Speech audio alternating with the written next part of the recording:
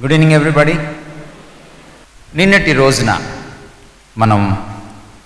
నిన్న డివోషన్ సాయంత్రం మనం నెగిటివ్ ఎగ్జాంపుల్స్ని తీసుకున్నాం. పాత నిబంధనలో నెగిటివ్ ఎగ్జాంపుల్స్ ద్వారా మనం గుణపాఠాలు ఎలా నేర్చుకోవాలో, మరి ముఖ్యంగా ఇశ్రాయేలీల 40 సంవత్సరాల అరణ్యవాసం, ఆ అరణ్యవాసంలో 4 నెగిటివ్ ఎగ్జాంపుల్స్ని, సన్నివేశాలని, సందర్భాలని తీసుకొని మనము శోధనను ఎంత సీరియస్గా తీసుకోవాలో, శోధనను ఎలా ఎదుర్కోవాలో, శోధన విషయంలో మనం సరిగా ఉండకపోతే దేవుని కోపానికి ఎలాగా పాత్రులమవుతామో నిన్న మనం చాలా విపులంగా చూసాం. ఈరోజు ఒక పాజిటివ్ ఎగ్జాంపుల్ని మనం తీసుకుందాం. మళ్ళీ పాత నిబంధనలో ఉన్న ఈ దృష్టాంతం, ఈ ఎగ్జాంపుల్ మళ్ళీ మనకి పాఠం నేర్పిస్తుంది. నెగిటివ్ ఎగ్జాంపుల్స్ గుణపాఠాలు నేర్పిస్తే, పాజిటివ్ ఎగ్జాంపుల్స్ పాఠాలు నేర్పిస్తాయి. రైట్? తెలుగు మీకు వస్తే నేను చెప్పేది మీకు అర్థమవుతుంది. ముఖ్యంగా యంగ్స్టర్స్కి వచ్చేటువంటి శారీరక లైంగిక ఆశలకు సంబంధించినటువంటి టెంప్టేషన్స్ విషయంలో the best classic example Bible మొత్తంలో ఎవరంటే జోసెఫ్ కదా. మార్నింగ్ మనం యోసేపుకు దావీదుకు ఉన్నటువంటి డిఫరెన్స్ని కూడా మనం చూసాం. అండ్ మీకు చాలా వరకు సూత్రాలు అర్థమై ఉంటాయి. ఈరోజు సాయంత్రం జోసెఫ్ క్యారెక్టర్ని మరొక కొత్త కోణం నుంచి, అతను టెంప్టేషన్ను ఎలా ఎదుర్కోగలిగాడు, అతనికి ఉన్నటువంటి అతని ఆ జీవితంలోంచి, ఆ పవిత్రమైన జీవితంలోంచి, ఆ కమిట్మెంట్లోంచి, లేకపోతే పొతిఫర్ భార్యతో జరిగిన ఆ సన్నివేశం నుంచి అతని క్యారెక్టర్లో మనం ఏం నేర్చుకోవచ్చు అన్న విషయాలని ఈరోజు ఆలోచించడానికి మన మనసును లగ్నం చేద్దాం. యోసేపు క్యారెక్టర్ గురించి ఆలోచిస్తూనే యోసేపుకి వచ్చినటువంటి శోధన క్యారెక్టర్ గురించి కూడా మనం కాస్త ఆలోచించడానికి మనసు పెడదాం. ఆ తర్వాత మనం కూడా యోసేపులాగా ఉండగలమా, బైబిల్ ఏం చెప్తుంది అని క్లుప్తంగా చూసుకుని మనం ముగించుకుందాం. చిన్న ప్రార్థన చేసుకుందాం, ఆ తర్వాత మనం వాక్యం చదువుకుందాం, వాక్య ధ్యానంలోకి వెళ్దాం. ప్రేమ కలిగిన తండ్రి, నీ పాదాలకు వందనాలు. నీ యొక్క సన్నిధిని ఇక్కడ ఆవహింప చేయాలని మేము కోరుకుంటున్నాం. అయినా నీకు మేమేంటో తెలుసు, మా ప్రతి ఇన్స్ అండ్ అవుట్స్ నీకు తెలుసు. కానీ తండ్రి, కొన్ని వేల సంవత్సరాల నుంచి పొందుపరిచి పదిలపరిచినటువంటి నీ యొక్క సత్యవాక్యాన్ని మా కనుల ముందు ప్రమాణంగా ఉంచావు. నీ వాక్యాన్ని మళ్ళీ మేము తరచి పరిశోధించి నాయనా ధ్యానించబోతుండగా, ఆలోచించబోతుండగా, అర్థం చేసుకోవడానికి మేము తండ్రి సంసిద్ధులు అవుతూ ఉండగా మీరు మాకు కృప చూపించాలని, మీ ధర్మశాస్త్రమందలి ఆశ్చర్యకరమైన సంగతులను చూచినట్లు మా కన్నులను, మా మనోనేత్రాలను నువ్వు తెరవాలని నీ ఆత్మ కార్యానికి మమ్మల్ని అప్పగించుకుంటున్నాం. ప్రతి విధమైనటువంటి డిస్ట్రాక్షన్ నుంచి, డిస్టర్బెన్స్ నుంచి, ఆయన పక్కదోవ పట్టే ప్రతి ఆలోచన నుంచి మమ్మల్ని విడిపించి క్రమశిక్షణతో, భయభక్తులతో, ఒక ఫోకస్తో నాయన నీ మీద దృష్టి లగ్నం చేసిన ఏకాగ్రతతో, నాయన సుముఖతతో మేము ఇక్కడ కూర్చోడానికి మాకు కృపనివ్వాలని, అపవాదిని బంధించాలని, మా మానవ బలహీనతల నుంచి మమ్మల్ని విడుదల చేసి ప్రతి పరిమితిలో మీరు మాకు కృప చూపించి మమ్మల్ని మీ వాక్యం చేత సంధించాలని మీ ఆత్మ కార్యానికి మమ్మల్ని అప్పగించుకుంటూ యేసుక్రీస్తు వారి మహాప్రశస్తమైన నామమున వేడుకుంటున్నాం తండ్రి, ఆమేన్. ఆదికాండము 39వ అధ్యాయాన్ని ఒకసారి మనం చదువుకుందాం. ఆదికాండము 39వ అధ్యాయంలో 23 వచనాలు ఉన్నాయి కనుక ఒక్కళ్ళే 23 వచనాలు చదివితే మీ కాన్సన్ట్రేషన్ తప్పకుండా దెబ్బతింటుంది. ఎందుకంటే మీ కాన్సన్ట్రేషన్ ఎక్కువ అనే సంగతి నాకు బాగా తెలుసు. అందుకని మనం ఏం చేద్దామంటే, బహుశా అందరి దగ్గర బైబిల్స్ ఉన్నాయని నేను అనుకుంటున్నాను కదా, రైట్. సో మీకు అందరికీ బైబిల్ చదవడానికి కావలసినంత చదువు మీకుందని నేను అనుకుంటున్నాను. I right? రైట్. సో తప్పుల తడకలతోనో ఏదో ఒక విధంగా మీరు ఇలాగైనా బైబిల్ చదువుతారు కనుక మనం ఏం చేద్దామంటే మార్చి చదువుకుందాం. నేను ఒక వచనం చదువుతాను, మీరు ఒక వచనం చదవండి. అలా మనం 23 వచనాలని చదువుకున్నాం. రైట్? పక్కకి చూడొద్దు. మీరు అందరితో కలిసి అదే పేస్లో, అదే స్పీడ్లో చదవడానికి ప్రయత్నం చేయండి. పెద్దగా చదవడానికి ప్రయత్నం చేయండి. దానివల్ల ఏమవుతుందంటే కాన్సన్ట్రేషన్ వస్తుంది. రైట్? గునగకండి, నోరు తెరిచి మంచిగా చదవండి, స్పష్టంగా చదవండి. Okay, right. 39వ అధ్యాయం. Now Joseph had been taken down to Egypt, and Potiphar, an officer of Pharaoh, captain of the guard, an Egyptian, bought him from the Ishmaelites who had taken him down there.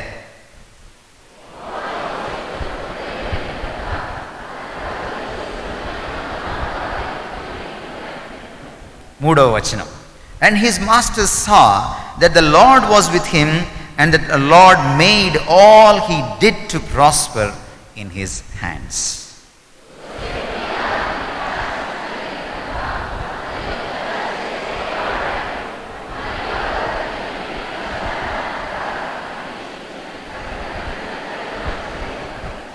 So it was from the time that he had made him overseer of his house and all that he had, that the Lord blessed the Egyptian's house for Joseph's sake. And the blessing of the Lord was on all that he had in the house and in the field.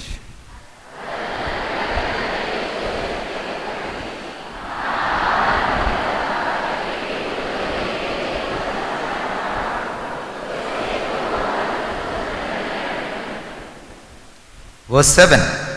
And it came to pass after these things that his master's wife cast longing eyes on Joseph, and she said, "Lie with me."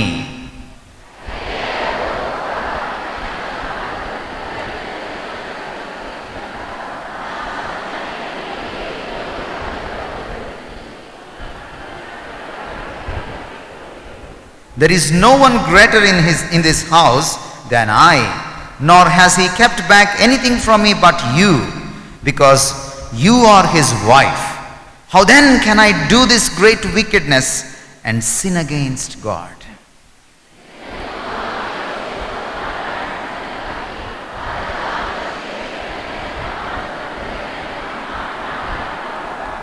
But it happened about this time when Joseph went into the house to do his work, and none of the men of the house was inside. 12.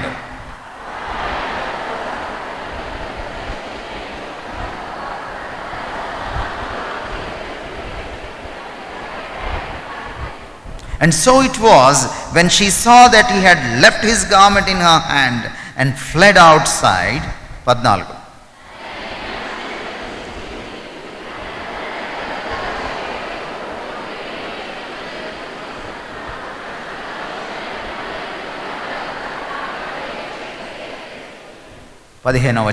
And it happened when he heard that I lifted my voice and cried out, that he left his garment with me and fled and went outside.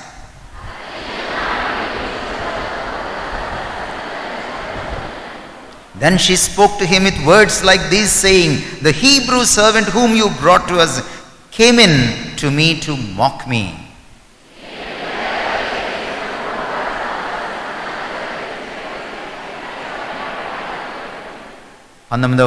And it was when his master heard the words which his wife spoke to him, saying, "Your servant did to me after this manner," that his anger was aroused.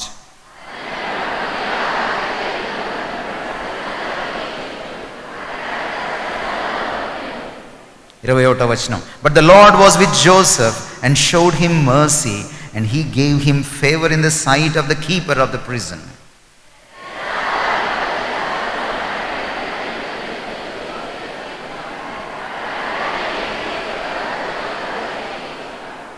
The keeper of the prison did not look into anything that was under Joseph's authority, because the Lord was with him, and whatever he did, the Lord made it prosper. Wonderful story. ఒక రకంగా చెప్పాలంటే 21వ శతాబ్దంలో నాకు తెలిసి యువతి యువకులకు ఇంతకు మించిన హీరో దొరకడు. నా దృష్టిలో హీరో ఎవడంటే కాస్త రంగు పూసుకొని ఏకదం 100 మందిని కొట్టేసి డూప్ తోటి ఓ సినిమాలో నటించేవాడు కాదు. Heroes are from real life, not from real life. వాళ్ళు ఫిల్మీ దునియా నుంచి రారు, అసలీ దునియాలోంచి వస్తారు. They are heroes. సినిమా హీరోలకి ఎవరికి కూడా దాదాపుగా క్యారెక్టర్ ఉండదు. రియల్ లైఫ్లో వాళ్ళు హీరోలు కాదు. కానీ క్యారెక్టర్ కాపాడుకోవడం అన్నిటికంటే కష్టమైన విషయం. అన్నిటికంటే కష్టమైన విషయం. పాత రోజుల్లో చెప్పేవాళ్ళు, డబ్బులు పోతే మళ్ళీ తిరిగి సంపాదించుకోవచ్చు, ఆరోగ్యం పోతే కూడా ఏదో ఒక విధంగా సంపాదించుకోవచ్చు, కానీ ఒక్కసారి శీలం పోయిందంటే మళ్ళీ సంపాదించుకోలేం. కానీ ఈ రోజుల్లో ఫస్ట్ పోగొట్టుకుంటుందే అది. అండ్ దట్స్ వై 21వ శతాబ్దపు యువతి యువకులకి, తెలంగాణ యువతి యువకులకి ద బెస్ట్ హీరో ఎవరంటే that's Joseph. And you must learn lessons from him. Because ఇంతకు మించిన హీరోయిజం లేదు. ఈరోజు మనం టీవీల్లో బాగా మాట్లాడుతున్నటువంటి వాళ్ళని హీరోలుగా చూస్తున్నాం. మంచి డ్రెస్ వేసుకొని చాలా కుర్రాళ్ళలాగా మాట్లాడి ఇలాంటి పెద్ద స్టేజీల పైన క్రైస్తవ సభల్లో డ్యాన్స్లు వేస్తున్న వాళ్ళని మనం హీరోలుగా చూస్తున్నాం. లేకపోతే అందంగా ఉండి అందంగా పాటలు పాడే వాళ్ళని మనం హీరోలుగా చూస్తున్నాం. వాళ్ళకి గర్ల్ ఫ్రెండ్స్ కూడా ఫేస్బుక్లో ఎక్కువ ఉంటారు. ఈ రోజుల్లో మనం హూ అంటే పడిపోయే వాళ్ళు ఉన్నారు చాలామంది, వాళ్ళని హీరోలుగా చూస్తున్నాం. చేసేసాం కూడా. బిఎండబ్ల్యూలో తిరిగే వాళ్ళని, గన్మెన్లు పెట్టుకున్న వాళ్ళని మనం హీరోలుగా చేసుకున్నాం. లేకపోతే కాస్త మహేష్ బాబుకి కొంచెం అటు ఇటుగా ఉంటే చాలు వాడు హీరో, లేక సమంతకి కాస్త అటు ఇటుగా ఉంటే చాలు ఆమె heroine. But Bible heroes of faith, బైబిల్లో ఉన్న విశ్వాస వీరులు క్యారెక్టర్లో హీరోస్. ఈ హీరోలు ఈ ప్రపంచంలో హీరోలు దరిదాపులకు కూడా రారు. సో మీరు నిర్ణయించుకోండి ఈ రోజున మీ కన్నుల ముందు ఎవరిని హీరోగా పెట్టుకుంటారో. అందుకే జోసెఫ్ని మీ ముందుకు నేను తీసుకురావాలనుకుంటున్నాను. జోసెఫ్ క్యారెక్టర్ గురించి, అంటే ఈ శోధన బాధితుడి క్యారెక్టర్ గురించి మీ ముందుకు తేకముందు అసలు శోధన యొక్క క్యారెక్టర్, అంటే జోసెఫ్కి వచ్చిన శోధన యొక్క క్యారెక్టర్ గురించి కూడా మీకు నేను విపులీకరించాలనుకుంటున్నాను. జోసెఫ్కి వచ్చిన శోధన క్యారెక్టర్కి కనీసం 4 లక్షణాలు ఉన్నాయి. దాన్ని 4 Sల్లో మీకు నేను పరిచయం చేస్తాను. The first character of the temptation of Joseph. యోసేపుకు వచ్చినటువంటి శోధన యొక్క స్వభావంలో మొదటిది ఏంటంటే ఇట్ వాజ్ సడన్. ప్రపోజల్ అటువైపు నుంచి వస్తుందని యోసేపు ఎక్స్పెక్ట్ చేయలా. It was all of a sudden. 7వ వచనం ఒకసారి మీరు మనసులో చూసుకోండి, తలలు వంచి చదువుకోండి. నేను చదువుతున్నాను ఇంగ్లీష్లో. And it came to pass after these things. యోసేపుని దేవుడు ఎలా ఆశీర్వదించాడో ఇష్మాయిలు చేతి నుంచి, ఆ పొతీఫరు ఇంటిలోకి ఎలా తీసుకెళ్ళాడో, దేవుడు యోసేపుకి ఎలా తోడున్నాడో, ఎలాంటి టెస్టిమోనీ, రెప్యుటేషన్, ప్రతిష్టను అక్కడ ఇచ్చాడో అంతా చెప్పిన తర్వాత దేవుడు రాస్తున్న మాట 7వ వచనం. ఇలాంటి జోసెఫ్ ఇలాంటి పరిస్థితుల్లో ఇంత అద్భుతంగా తానక్కడ అద్భుతమైనటువంటి అధికారాలతో సుఖభోగాలతో తొలుతూగుతున్నప్పుడు, and it came to pass. తెలుగులో చదువుతారు ఎవరైనా? ఏమనుంది అక్కడ? 7వ వచనం ఎలా స్టార్ట్ అయింది? అటు తర్వాత చూడండి, చాలాసార్లు శోధన ఎప్పుడు వస్తుంది తెలుసా? అంత బాగున్నప్పుడు వస్తుంది. You never expect. నువ్వు ఎక్స్పెక్ట్ చేయలేనప్పుడు అది సడన్గా వచ్చి పడుతుంది. అందుకనే మొన్న కూడా మాట్లాడుకున్నాం. సాతాను పక్కనే ఉంటాడు, పొంచి ఉంటాడు. కయ్యంతో దేవుడు చెప్పాడు, పాపం వాకిట పొంచి ఉంది. పొంచి ఉండడం అంటే తెలుసా మీకు? మీకు సంచి తెలిసామో, పొంచి తెలియదేమో కదా. పొంచి ఉండడం అంటే అవకాశం కోసం కనిపెట్టుకొని ఉండడం. పొద్దున ఇంజనీర్ అన్న మనకు చెప్పారు ఈక్వేషన్ రూపంలో టెంప్టేషన్ని కదా. ఏంటది? టెంప్టేషన్ ప్లస్ ఏంటది? Desire plus opportunity is equal to temptation అని చెప్పారు కదా. కాబట్టి అవకాశం కోసం ఎదురు చూస్తూ ఉంటుంది అన్నమాట. గోరికాడ నక్క అంటాం. అంటే గోరి తెలుసు కదా, గోరి. ఎప్పుడు పాతిపెట్టి వెళ్ళిపోతారా, గబగబా లోడేసి మనము ఆ శవాన్ని పీక్కు తిందామా అని నక్క వెయిట్ చేస్తుంది. గోరికాడ నక్క అంటారనమాట. అందరు వెళ్ళిపోయేదాకా దూరంగా కూర్చొని చూస్తూ ఉంటుంది. అండ్ ఆపర్చునిటీ రాగానే. అందుకని యేసుక్రీస్తు వారిని శోధించిన తర్వాత కూడా మీరు మత్తయి సువార్త 4వ అధ్యాయం 13వ వచనం చదివితే, మళ్ళీ అవకాశం చిక్కేదాకా అపవాది ఆయనను విడిచిపెట్టి వెళ్ళాడని ఉంటుంది. మళ్ళీ అవకాశం చిక్కేదాకా. నా యోసేపుకి దేవుని ఆశీర్వాదం ఉంది, దేవుని తోడుంది, దేవుని ప్రసన్నత ఉంది. అండ్ అపవాదికి కన్ను కుట్టకుండా ఉండదు తప్పకుండా. గమనించండి, శోధన ఎప్పుడు సడన్గా ఉంటుంది, సర్వసాధారణంగా. యోసేపు జీవితంలో it was all of a sudden. When everything was cool and calm, suddenly proposal వచ్చింది. ఎక్స్పెక్ట్ చేయలా. ఒకవేళ తనతో పనిచేసే ఇంకొక అమ్మాయి ప్రపోజ్ చేసి ఉంటే మనోడు ఎక్స్పెక్ట్ చేసేసి ఉండేవాడు ముందుగానే. కొంచెం దూరంగా జరుగుతూ ఉండేవాడు. అర్థమైపోతుంది ఈ సీను. ఊరికే సెల్ ఫోన్ అడుగుతుంది, ఊరికే పెన్ ఇస్తావా అంటుంది, లేకపోతే ఇంకేదో అడుగుతుంది, నోట్స్ ఇస్తావా అంటుంది. ఏంటి ఇన్నిసార్లు నన్నే అడుగుతుంది ఏంటి? అనుమానం వచ్చేస్తుంది. కానీ ఓనర్ గారి భార్య అనుకోని కోణం నుంచి వచ్చింది శోధన, సడన్. అందుకనే శోధన స్వభావం అలాంటిది కాబట్టి శోధకుడు ఎలా ఉండాలి? ఏ మరపాట్లో ఉండకూడదు. అండ్ యోసేపు అంత సడన్ అయినా కూడా తట్టుకోగలిగాడు. ఎందుకంటే ఆయన ఏమరపాటుగా లేడు. చూద్దాం యోసేపు గురించి మనం తర్వాత. It was all of a sudden. మీరు అది గమనిస్తే 7వ వచనం మీరు జాగ్రత్తగా చదివితే, అప్పుడు అటు తర్వాత and it came to pass. అనుకోకుండా ఒకటి జరిగిపోయింది. Came to pass, it happened like that. ఏంటట్లా ఏం జరిగిపోయింది అనుకోకుండా? పాపం ఆవిడ ఎప్పటి నుంచో అనుకుంటా ఉండొచ్చు, మనకు తెలియదు ఆ విషయం.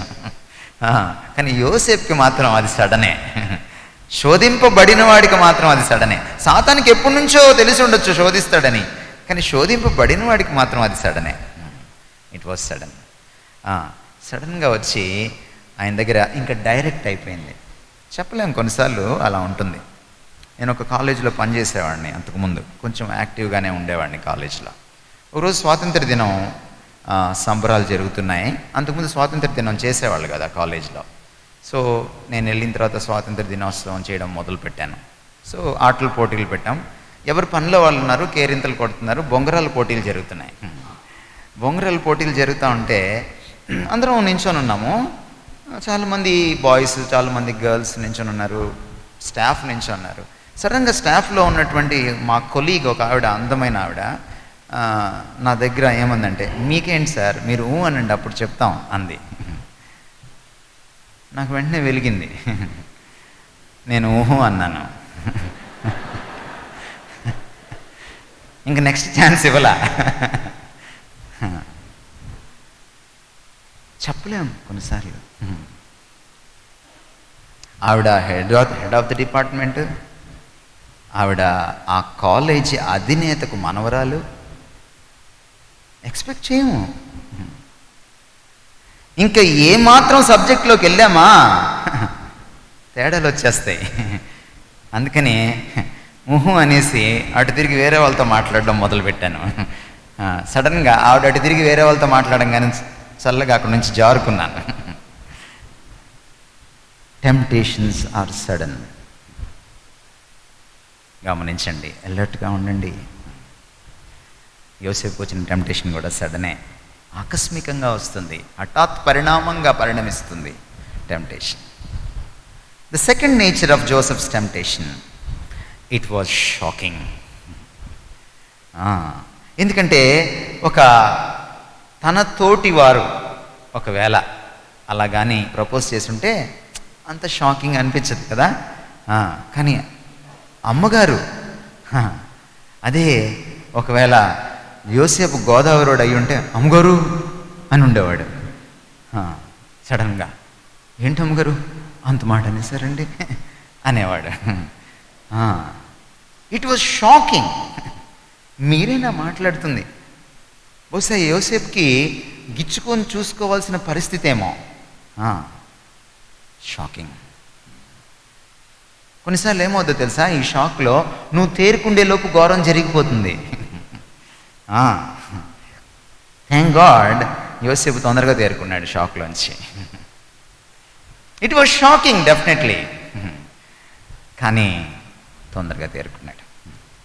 దిగ్భ్రాంతి కలిగించింది. ఎందుకంటే టెంప్టేషన్ అన్ఎక్స్పెక్టెడ్ మాత్రమే కాదు, అన్ఎక్స్పెక్టెడ్ కార్నర్ నుంచి వచ్చింది. అది కేవలం హఠాత్తుగా రావడమే కాదు, అనుకోకుండా రావడమే కాదు, అనుకోని కోణము నుంచి దిశగా వచ్చింది. ఈ దిశగా ఎక్స్పెక్ట్ చేయలేం మనం. జాగ్రత్త. కొన్నిసార్లు మీరు చాలా మంచోళ్ళు అనుకుంటారే, అక్కడి నుంచే వస్తుంది. బాయ్స్కి ఒక మంచి నేచర్ ఉంటుంది. కొంతమందికి అమ్మాయిలను పడేసే బాయ్స్కి ఇంకా మంచి నేచర్ ఉంటుంది. వాళ్ళు అమ్మాయిలతో చాలా బాగా మాట్లాడతారు, వాళ్ళు అమ్మాయిల్ని దేబరించరు. అమ్మాయిలు ఎవరితో బాగా మాట్లాడతారు? తమ వైపు దేబరిస్తూ ఉండే వాళ్ళతో మాట్లాడరు, తమతో ఊరికే మాట్లాడాలనుకునే వాళ్ళతో మాట్లాడరు. కానీ సడన్గా హెల్ప్ చేసే వాళ్ళు ఉంటారే, వాళ్ళతో మాట్లాడతారు. మీరేమనుకుంటారు? కొంచెం బాగా మాట్లాడగానే, కొంచెం సాయం చేయగానే మంచోడు అని ఒక టైటిల్ ఇస్తారు వాళ్ళకి. మీరు వాళ్ళు ఆ టైటిల్ని కొంతకాలం కాపాడుకుంటారు. ఆ టైటిల్ని కాపాడుకొని అప్పుడు ఏం చేస్తారు? సడన్గా తీసుకొస్తారనమాట మీ దగ్గరికి. మీకు అప్పుడు అది సడన్గానో షాకింగ్గానో ఉంటుంది. జాగ్రత్త. మీ వెంట పడే అప్పుడు మీకు పెద్ద సమస్య లేదు, వాళ్ళు ఏంటో మీకు తెలిసిపోయింది. మిమ్మల్ని ఊరికే చూసే అబ్బాయిలతో మీకు సమస్య లేదు, వాళ్ళు ఏంటో మీకు అర్థమైపోయింది. లేకపోతే పనున్నా లేకపోయినా మీరు ఎటు వెళ్తే అటు వచ్చి మీకు ఎదురొస్తూ ఉంటారు ఏదో పని పెట్టుకొని. వాళ్ళతో కూడా మీకు ఇబ్బంది ఏం లేదు, వాళ్ళు ఏంటో మీకు అర్థమైపోయింది. ఎటొచ్చి మీకు అర్థం కాని బ్యాచ్ ఒకటి ఉంటుంది, మీరు చాలా మంచోళ్ళ లిస్టులో పెట్టుకొని ఉంటారు. ఆ బ్యాచ్ తోటే ప్రాబ్లం. అక్కడి నుంచే వస్తాయి ప్రపోజల్స్. జాగ్రత్త. ఈయనకు కూడా అలాగే వచ్చినాయి. నేను మా చర్చ్లో ఒక ప్రాబ్లం వచ్చింది. యూత్ మీటింగ్లో బెంగళూరు నుంచి ఒక నవ యువకుడు వచ్చాడు. చూడ్డానికి బాగున్నాడు, నల్లటి చిన్న గడ్డం, స్మార్ట్గా ఉన్నాడు, ఇంగ్లీష్ బాగా మాట్లాడుతున్నాడు, థియాలజీ చేసి వచ్చాడు. ఒక 20-30 మంది ఉన్న యూత్ మీటింగు సడన్గా 120 మంది అయిపోయారు. సో మా పెద్దలు చప్పట్లు కొట్టేశారు. నేను మా పెద్దల దగ్గరికి వెళ్ళి, బాబు జాగ్రత్త ఆయనతోటి అని చెప్పాను. మా పెద్దలు ఏమన్నారంటే, నీకు కుళ్ళు అన్నారు. సరే, మీకు ఇప్పుడు ఒళ్ళు తెలియట్లేదు అనుకొని నేను వచ్చేసాను. ఆరా తీస్తే మనవాడు చాలా అద్భుతమైన న్యాక్ ఉన్నటువంటి ఫెలో. గతంలో మనవాడు మా గుంటూరులోనే ఒక బైబిల్ స్టడీ నడిపాడు. ఆ బైబిల్ స్టడీలో ఒక అందమైన అమ్మాయి ఉంది. ఆ అమ్మాయితో ఫస్ట్ సిస్టర్ అని స్టార్ట్ చేశాడు. బెంగళూరు కాలేజ్కి వెళ్ళి తన కాలేజ్ నుంచి ఉత్తరాలు రాసేవాడు. అప్పుడు నీ సెల్ ఫోన్లు ఇంత హడావిడి లేదు. ఉత్తరాలు రాసేవాడు, చెల్లి అనే. అలా నెమ్మదిగా చెల్లి అని ఉత్తరం రాస్తూ నెమ్మదిగా లావొత్తు తీసేశాడు.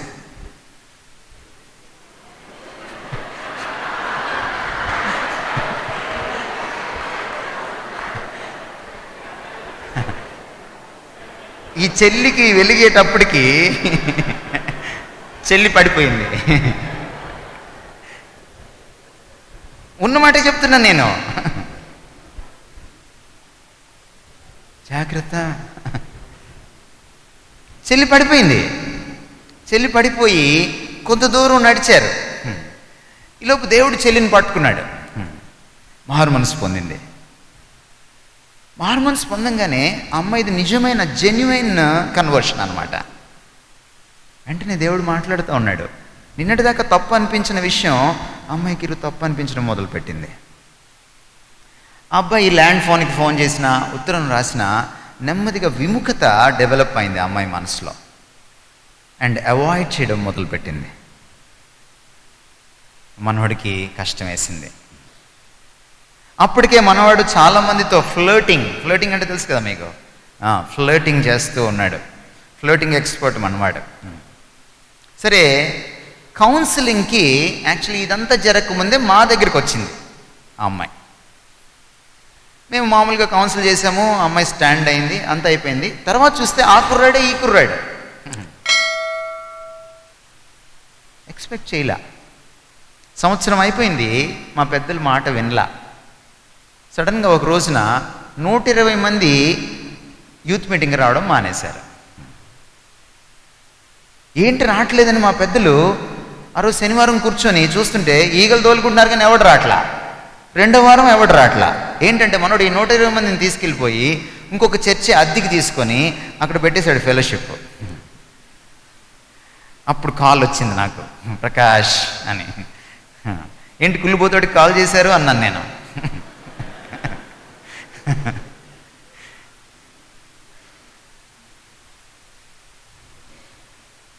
మీరు అనుకోనటువంటి కోణం నుంచి, దిశ నుంచి శోధన వస్తుంది. అతను కేవలం సంవత్సరం నడిపించాడు. ఆ తర్వాత మా చర్చిలో ఆ తర్వాత సంవత్సరాల్లో ఒకరి తర్వాత ఒకళ్ళు లవ్ మ్యారేజెస్ జరిగిపోయినాయి. డిస్ట్రాక్ట్ అవుతామని మొత్తం స్టోరీ మీకు చెప్పట్లా. I just want to make a point that temptations many a time come from seemingly good people. చాలాసార్లు టెంప్టేషన్స్ మంచి వాళ్ళుగా మనం భావించే వాళ్ళ దగ్గర నుంచి వస్తాయి. అపవాది వాళ్ళని వాడుకుంటాడు. బైబిల్లో ఒక క్లాసిక్ ఎగ్జాంపుల్ ఉంది. యేసుప్రభుకి 12 మంది శిష్యులు, అందులో క్లోజెస్ట్ 3 ఆంతరంగిక శిష్యులు కదా. వాళ్ళు పేతురు, యోహాను, యాకోబు. నా టెంప్టేషన్ యేసుప్రభుకి ఎక్కడి నుంచి వచ్చిందో తెలుసా? క్లోజెస్ట్ ఫ్రెండ్ దగ్గర నుంచి వచ్చింది. అప్పుడు యేసుప్రభు వెంటనే ఏమన్నాడు? సాతానా వెనక్కి పో, జాగ్రత్త. It comes from the unexpected corner in an unexpected time. It's both sudden and shocking. అది ఆకస్మికంగా వస్తుంది, అవాక్కయ్యే విధంగా వస్తుంది అనే సంగతి మనం తెలుసుకోవాలి. The third nature of Joseph's temptation is it is sustaining. నేను అదృష్టవంతుణ్ణి. మా కాలేజీలో మా కొలీగ్ ఆ మాటతో నన్ను వదిలేసింది. కానీ పొతిఫర్ భార్య యోసేపును వదలలేదు. ఆ తర్వాత అప్పీల్ మీద అప్పీల్ చేస్తూనే ఉంది. మీరు జాగ్రత్తగా 10వ వచనం చదివితే మీకు ఆ మాట కనపడుతుంది. So it was as she spoke to Joseph day by day that he did not heed her to lie with her or to be with her. చూడండి, అక్కడ ఎలా ఎలా అప్పీల్ చేస్తుంది ఆవిడ? ఎవ్రీడే. ఏదో ఒక రోజు పడకపోతాడా? ఆ మాత్రం నాకు ఆ మాత్రం కెపాసిటీ లేదా పడేయలేనా వీడిని? అంతకుముందు ఆవిడ ట్రాక్ రికార్డ్ ఏంటో మనకు తెలియదు, కానీ ఆవిడకి చాలా కాన్ఫిడెన్స్ అయితే ఉంది, యోసేపుని పడేయాలనుకుంది. But Joseph's confidence was not in him but in the lord. యోసేఫ్ కాన్ఫిడెన్స్ అయితే ఆయనలో లేదు. ఆ సంగతి మనం తర్వాత చూస్తాం. గమనించండి, ఒకే టెంప్టేషను చాలాసార్లు ఒకే కోణం నుంచి మళ్ళీ మళ్ళీ మళ్ళీ మళ్ళీ మళ్ళీ మళ్ళీ వస్తుంది. వద్దంటే వస్తుంది, అప్పుడు కష్టమైపోతుంది. బహుశా ఫస్ట్ టైం మనం నో చెప్పడము ఈజీ ఏమో కదా, కానీ భారతదేశంలో నో అంటే ఏంటి? నో అంటే ఏంటి భారతదేశంలో? ఒక ఆయన భారతీయుడు అమెరికా వెళ్ళాడంట. అక్కడ అమెరికాలో ఎవరో ఇంటికి వెళ్ళాడు, ఒక అమెరికన్ హౌస్కి వెళ్తే వాళ్ళు అడిగారండి, వాళ్ళు గబగబా వంటగదిలోంచి పాపం కొత్తగా వచ్చాడు ఇండియా నుంచి గెస్ట్ అని, ఆ చలి దేశంలో హాట్ కాఫీ తీసుకొచ్చి ఆయన ముందు పెట్టి ప్లీజ్ హ్యావ్ కాఫీ అని అన్నారు వాళ్ళు. అనగానే మనోడు యాజ్ ఇండియన్ స్టైల్ ప్రకారం నో నో నో అన్నాడు మనోడు వెంటనే. అని ఇలా నో నో నో అని ఇలా చూసేటప్పటికి ఆవిడ లేదు, కాఫీ తీసుకొని వెళ్ళిపోయింది. అయ్యో, ఎందుకంటే ఆవిడ ఇండియన్ కాదు, అమెరికన్. నో అంటే నోనే. మనోడు అనుకున్నాడు, ఇదేంటి ఇండియాలో నేను ముందు నో అనాలి కదా, తర్వాత తీసుకోండి అంటారు వాళ్ళు, మళ్ళీ నేను నో అనాలి, మళ్ళీ వాళ్ళు తీసుకోండి పర్లేదు అంటారు, అయ్యో మొహాట్ పెట్టేస్తున్నారండి అని తీసుకుంటాం కదా మనం, ఇదేంటి ఇక్కడ ఇలా ఉంది? అది క్రైస్తవ దేశం, అది వేరేగా ఉంటుంది. అక్కడ నో నోయే, ఎస్ ఎస్ఏ. భారతీయులం కదా, టెంప్టేషన్స్ అప్పుడు కూడా మనం సాతానికి చాలాసార్లు నో చెప్తాం, కానీ మనం భారతీయులని తెలుసు కదా వాడికి. అరే నువ్వు నో అంటే ఎస్లేరా నాకు తెలుసు అని మళ్ళీ వస్తాడు అనమాట. మళ్ళీ వచ్చి మళ్ళీ ఇంకోసారి అడుగుతాడు, కాఫీ కావాలా? మళ్ళీ నువ్వు నో నో నో అంటావు అనమాట. అందుకని చాలాసార్లు టెంప్టేషను మళ్ళీ మళ్ళీ మళ్ళీ మళ్ళీ వస్తుంది నీ ముందుకి. నువ్వు నేర్చుకోవాల్సింది ఏంటంటే మళ్ళీ మళ్ళీ మళ్ళీ మళ్ళీ అదే స్థాయిలో నో చెప్పడం నేర్చుకోవాలి. జాగ్రత్త. యోసేపు జీవితాన్ని చూసినప్పుడు ఆయనకు వచ్చిన టెంప్టేషన్ దీన్ని బట్టి చూస్తే సామాన్యమైంది కాదని మనకు అర్థమవుతుంది. యోసేపుతో ఒక్కసారి అడిగితే నో చెప్పిన విషయం కాదు ఇది. ఉదయం లేస్తే ఆయన ఎక్కడుండాలి? వాళ్ళ ఇంట్లోనే ఉండాలి, అమ్మగారి కనుల ముందే ఉండాలి. పాపం అమ్మగారి ఈయన మీద ఎప్పటి నుంచి కన్నేస్తున్నారో మీరు జాగ్రత్తగా కానీ చూస్తే ఆ మాటలు కూడా ఉన్నాయి. ఆమె చాలా కాలము నుంచి ఆయన్ను చూస్తూనే ఉందట. అందుకనే అప్పీల్ చాలా స్ట్రాంగ్గా ఉంది. లేడీస్ తొందరగా నిర్ణయానికి రారు, ఒకసారి వచ్చారంటే తొందరగా అందులోంచి పోరు. మగపిల్లలు అలా ఉండరు, వాళ్ళు పాపం తొందరగా కమిట్ అయిపోతారు, తొందరగా మళ్ళీ కమిట్మెంట్లోంచి బయటకు వచ్చేస్తారు. పాపం యోసేపు మీద మనసు పడిందంటే పాపం ఎప్పటి నుంచో పడి ఉంటుంది ఆవిడ. ఎందుకంటే ఆవిడ మహిళ కాబట్టి నేను ఆవిడ మనసుని అర్థం చేసుకోగలను. భారతదేశంలో మహిళ ఎక్కువ కదా, అంటే ఎంత స్ట్రాంగ్గా ఆవిడ టెంప్టేషన్ ఉందో మీరు దాన్ని బట్టి అర్థం చేసుకోండి. అందుకనే మాటి మాటికి అడగడం కాదు, ప్రతిరోజు అడిగింది. It was sustaining. ఒక ఆనవాయితీగా పరిణమించింది యోసేపుకి sexual temptation. And the fourth nature of his temptation, 4వ స్వభావము లక్షణం ఏమిటంటే ఆయన టెంప్టేషన్ లక్షణం మీకు 11వ వచనం నుంచి 16వ వచనం దాకా మీరు చూస్తే మీకు కనపడుతుంది. It was strategic. అది చాలా వ్యూహాత్మకంగా ఉంది, చాలా కన్నింగ్గా ఉంది, చాలా జిత్తులు మారితనంతో కూడుకున్నదిగా ఉంది, మంచి ప్లానింగ్ ఉంది దాని వెనక. మీరు జాగ్రత్తగా చూస్తే ఆ వచనాలని మీరు జాగ్రత్తగా చదివితే ఆమె కూడా ఒక మంచి అవకాశం కోసం చూస్తుంది. రోజు అప్పీల్ చేయడం కాకుండా రోజు మనోడు నో చెప్తా ఉంటే ఎప్పుడు దొరుకుతాడా అని చూస్తూ ఉంది. ఒక పెద్ద పథకం వేసింది. ఒకవేళ పడితే పడతాడు, పడకపోతే ఇంకో విధంగా మనం చేయొచ్చు. ఆవిడ దగ్గర ప్లాన్ ఏ ఉంది, ప్లాన్ బి కూడా ఉంది. ప్లాన్ ఏ వర్కౌట్ అవ్వాలా, పాపం ప్లాన్ బి వర్కౌట్ అయింది, మనోడు జైలుకి వెళ్ళిపోయాడు. వెరీ స్ట్రాటజిక్, చాలా వ్యూహాత్మకంగా ఉంది. కొన్నిసార్లు టెంప్టేషన్ చాలా వ్యూహాత్మకంగా ఉంటుంది. నేను పిహెచ్డి చేయలేదు, కానీ చాలామంది పిహెచ్డీస్కి హెల్ప్ చేశాను, టాపిక్స్ సెలెక్ట్ చేసుకోవడంలోనూ, లేకపోతే వాళ్ళ లాంగ్వేజ్ని కరెక్ట్ చేసి పిహెచ్డికి కొన్ని అంటే సైటేషన్స్ అని, కొన్ని పద్ధతులని, చాప్టర్ డివిజన్ అని ఉంటుందన్నమాట. Because I'm skilled in language and communications, both in writing and speaking.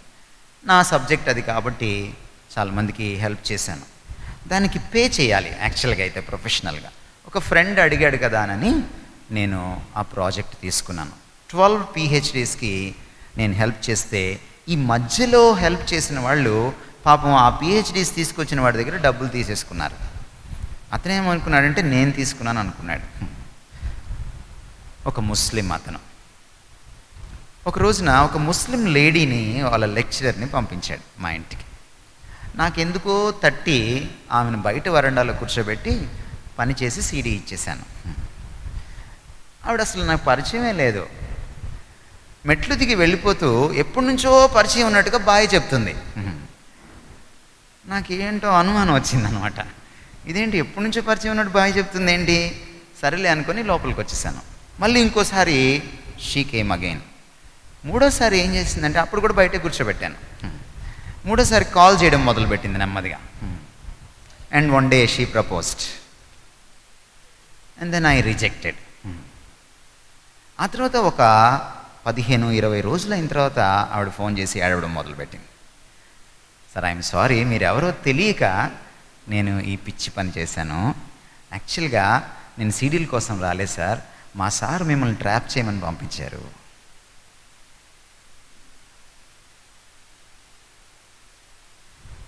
లోకం చాలా భయంకరమైంది.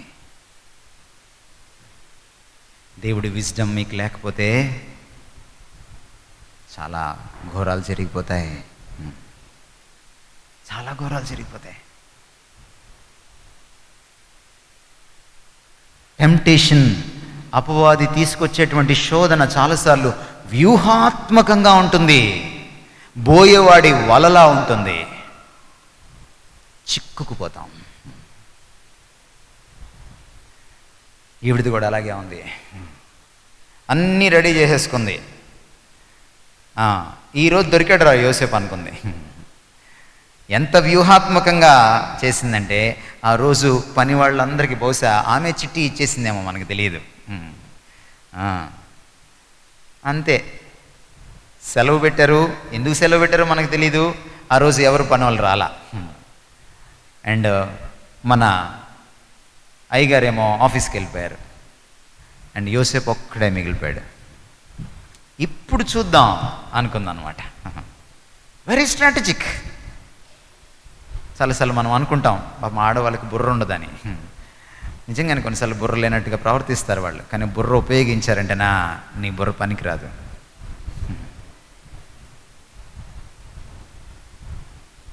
భయంకరమైన స్ట్రాటజీ.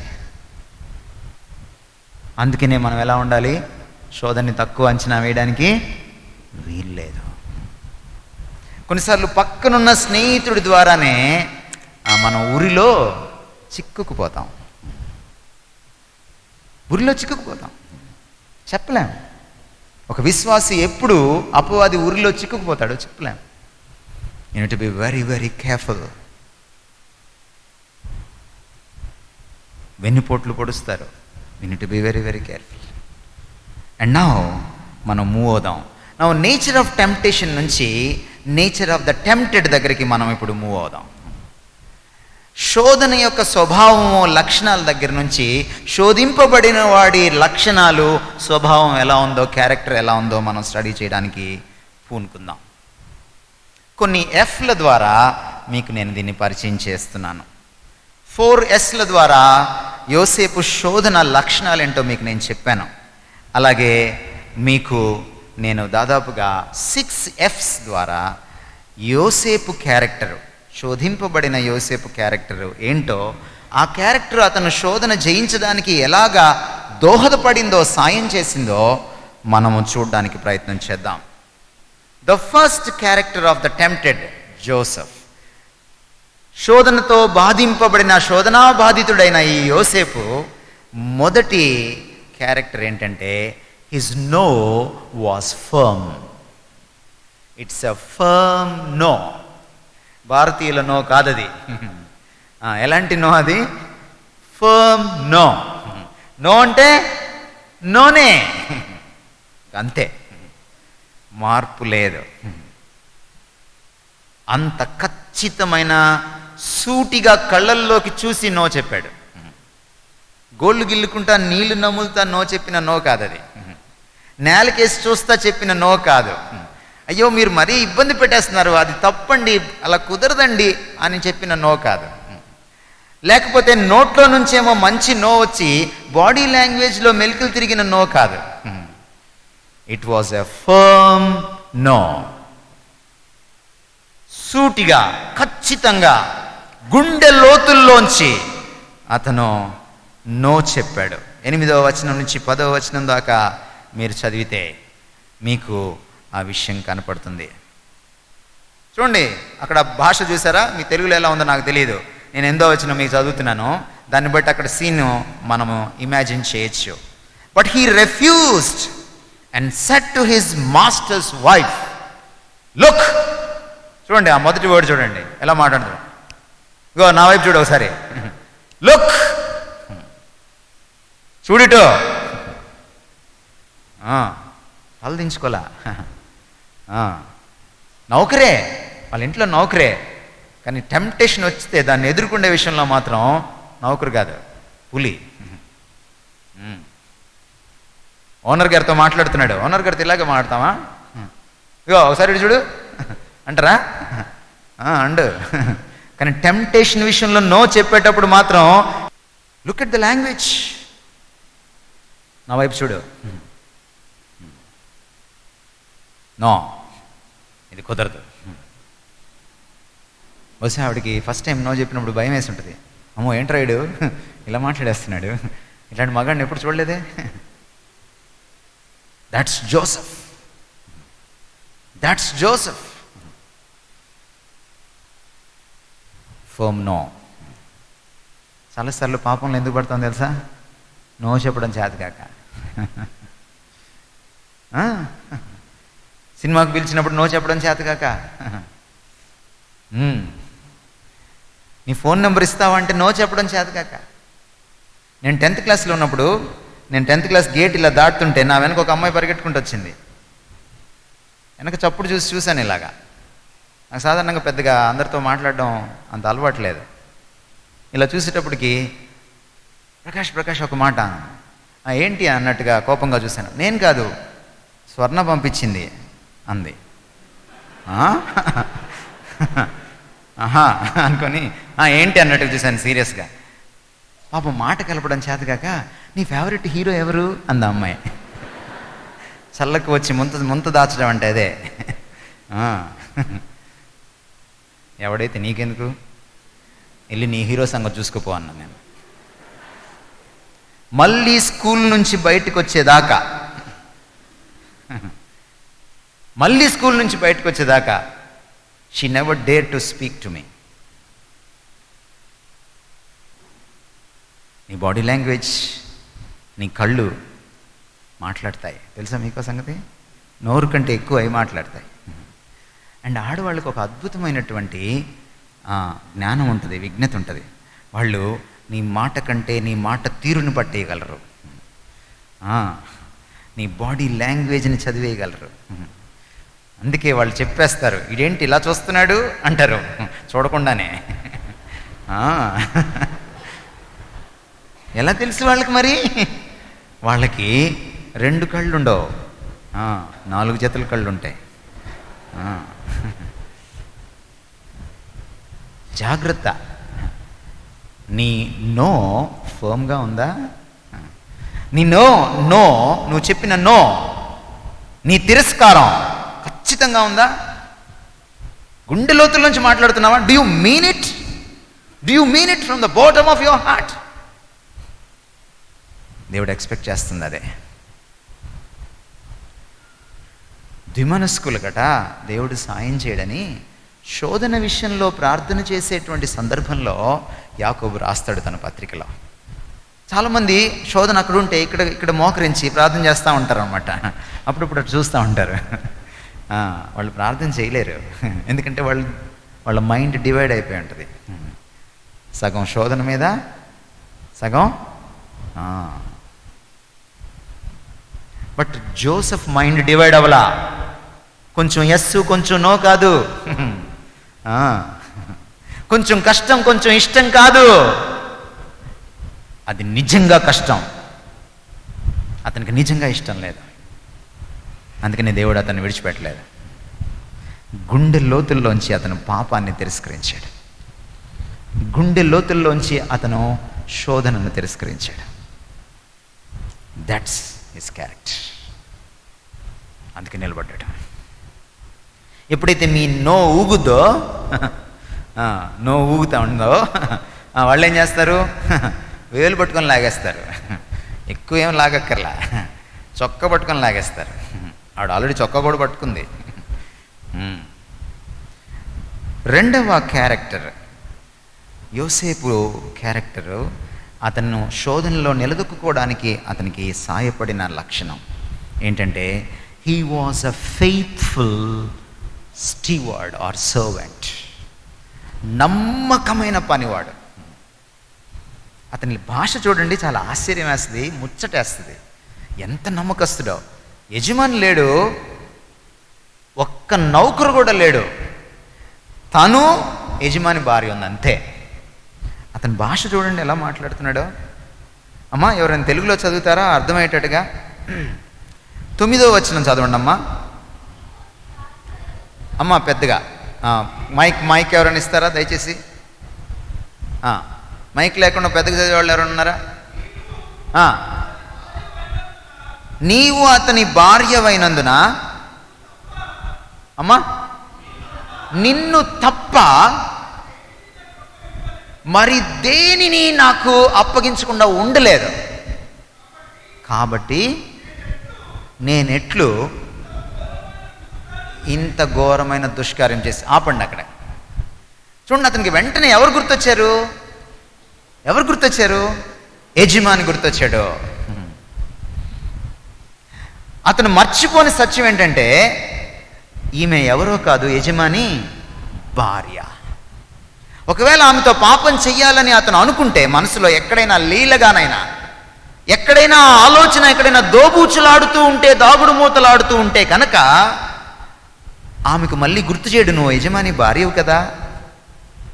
తమాషా ఏంటంటే, యజమాని గారి భార్య తాను యజమాని భార్యని మర్చిపోయింది. యజమాని నౌకరికి ఆమె యజమాని భార్యను గుర్తుంది. He never forgot. ఏంటి ఆయన లాజిక్ ఏంటి? ఆయన బాధ ఏంటి?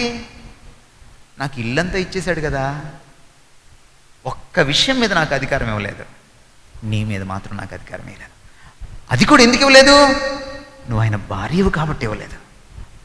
అట్లాంటోడికి నేను ఎలా దోకా చేయాలి? అట్లాంటోడికి నేను ద్రోహం ఎలా చేయాలి? అట్లాంటోడికి నేను వెన్నుపోటు ఎలా పొడవాలి? ఎంత నమ్మకమైనోడండి. జనరల్గా నమ్మకత్వం అంటే పనోడికి అప్పగించిన పనిలో నమ్మకత్వం కదా. ఇది అవుట్ ఆఫ్ సిలబస్ కదా, ఇది అవుట్ ఆఫ్ సిలబస్లో కూడా నమ్మకత్వమా? What is this? పనిలో నువ్వు నమ్మకస్తుడివే నాయనా, అందుకే కదా నువ్వు నాకు నచ్చావు. నాకు ఆ పని అప్పగించలా. అప్పగించిన పనిలో మాత్రమే కాదు నమ్మకస్తుడు, అప్పగించిన దాని మీద వేలు పెట్టనంత నమ్మకస్తుడు. వాట్ ఏ క్యారెక్టర్ అండి! ఎక్కడ దొరుకుతాడు ఇలాంటి క్యారెక్టర్? ఒక బైబిల్లోనే దొరుకుతాయి ఇలాంటి క్యారెక్టర్స్.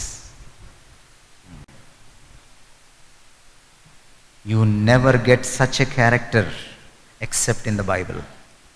అందుకని ఇదే ప్రమాణం మనకి. యజమాని వెంటనే గుర్తొచ్చాడు. తాను యజమాని భార్యనని మర్చిపోయే వ్యభిచారానికి పూనుకుంది, మనసులో నిర్ణయం చేసుకుంది. ఆమె అయితే వ్యభిచారం చేసేసింది. మత్తయి సువార్త 5వ అధ్యాయం ప్రకారం. యోసేపు చేయలేదు. కానీ అటువంటి ఆమెకి నువ్వు ఆయన భార్యవని మళ్ళీ గుర్తు చేశాడు. భారీగా ప్రమాణం చేసిన ఆవిడ గుర్తుండాలా, నౌకరికి గుర్తుండాలా? That's the character of Joseph. యోసేపు 3వ క్యారెక్టర్, అతన్ని నిలబెట్టిన క్యారెక్టర్, ట్రైట్, లక్షణం ఏమిటంటే his fear of God. His fear of God.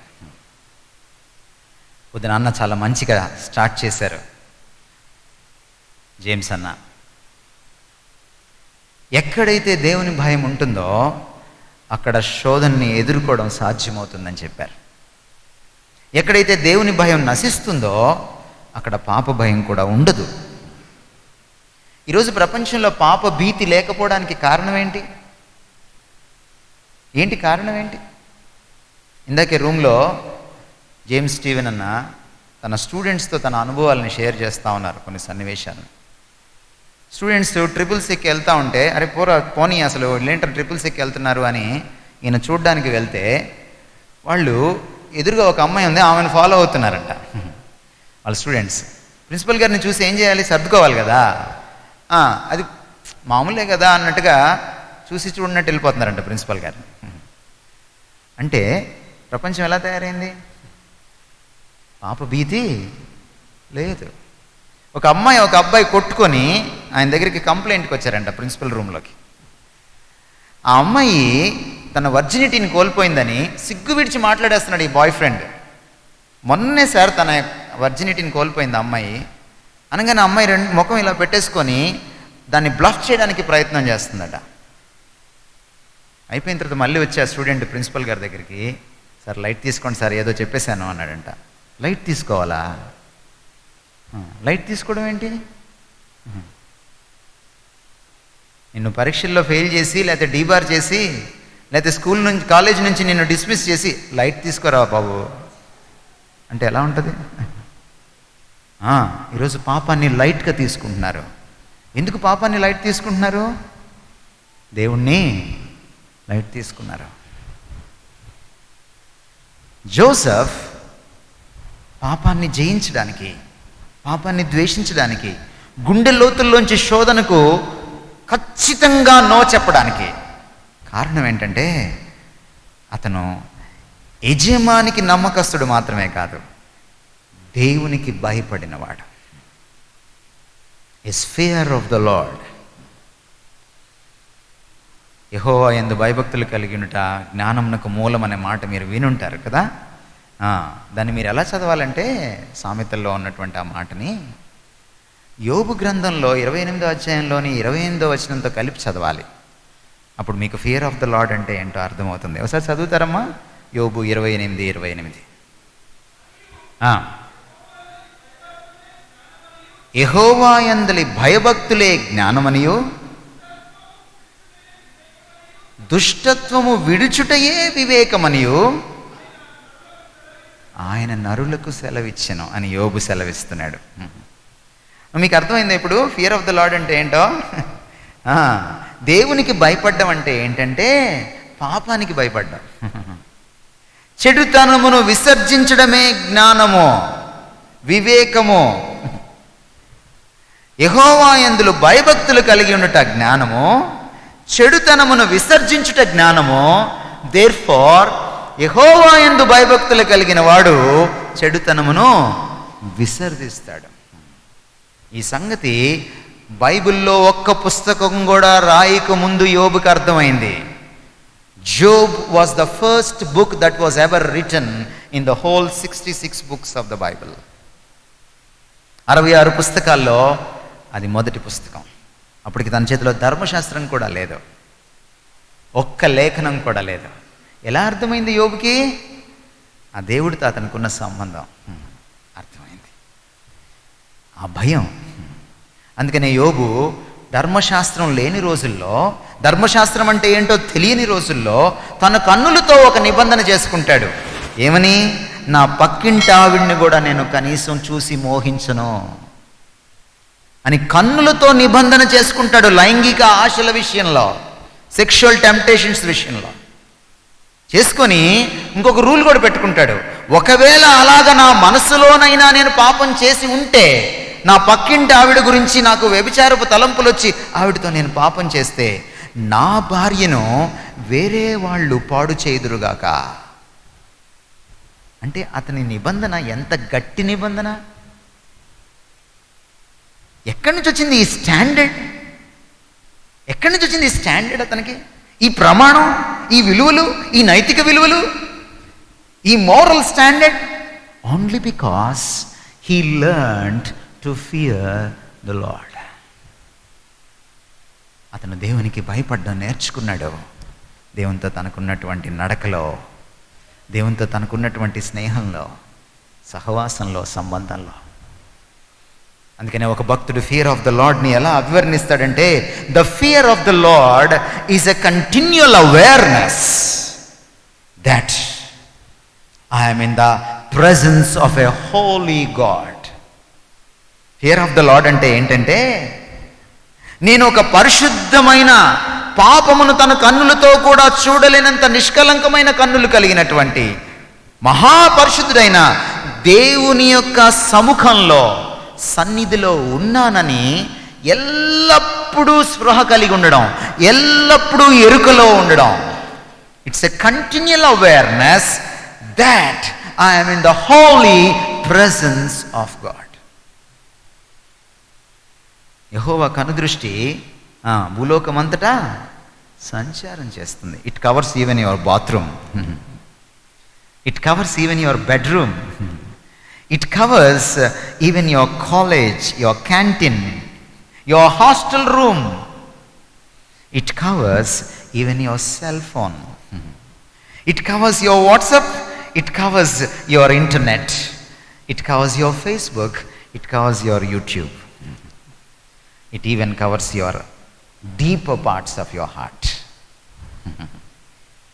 యెహోవా కనుదృష్టి లోకమంతా, భూలోకమంతా సంచారం చేస్తుంది. ఆ ఎరుకలో ఉండడమే యెహోవా యందు భయభక్తులు కలిగి ఉండడం. దేవుని భయము పాప భీతిని, దేవుని పట్ల భీతి పాప భీతిని పుట్టిస్తుంది. ఈ భక్తుడు తన డెఫినేషన్ని కంటిన్యూ చేస్తాడు. The fear of the Lord is the continual awareness of the holy presence of God, that my every thought, my every word and my every deed is open before him to his righteous judgment అంటాడు.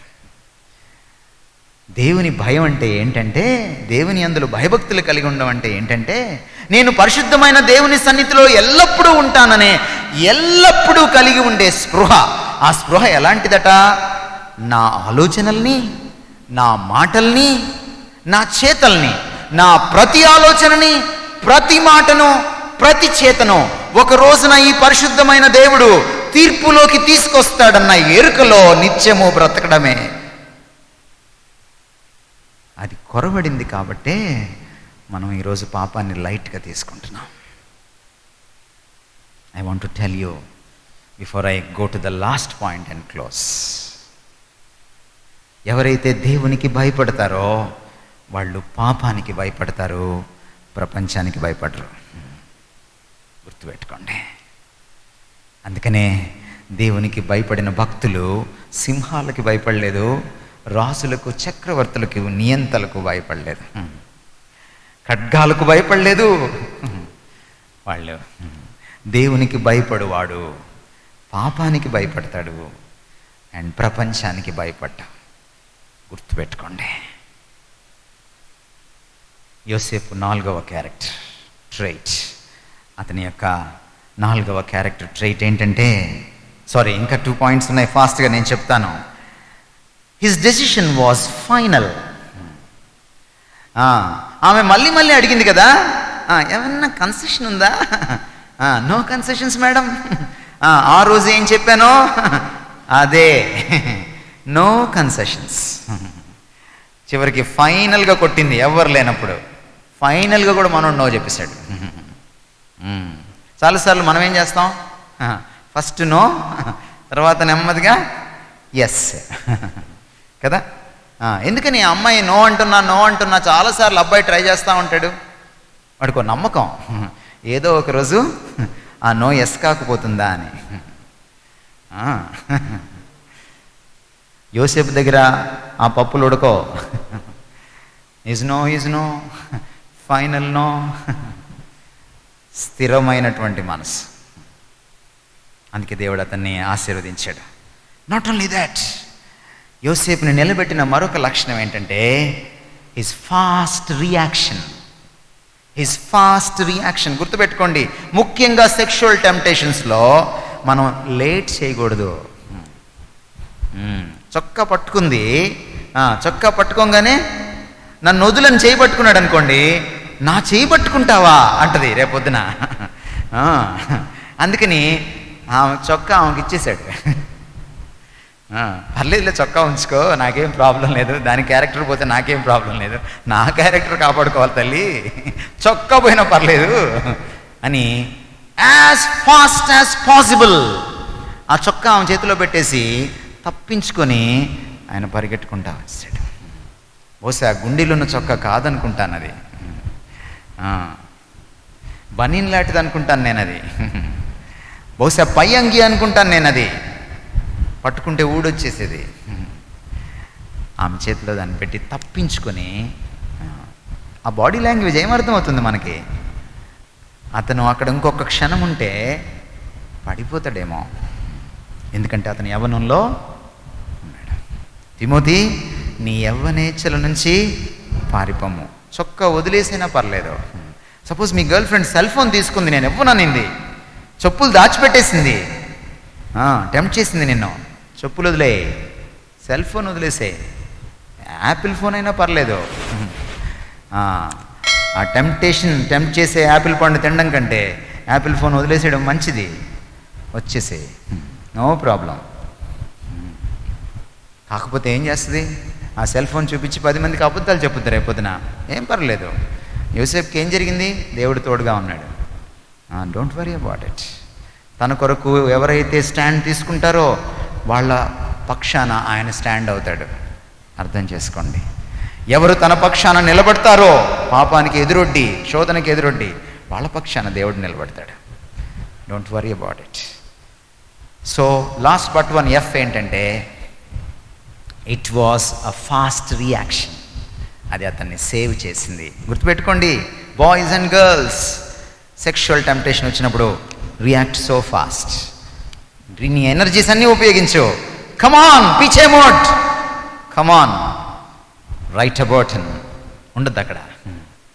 March fast.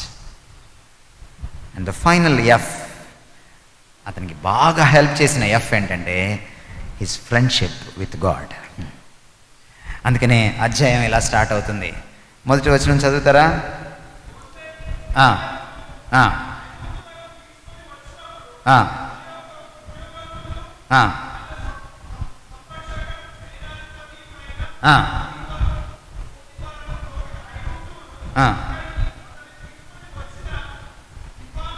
Ishmael.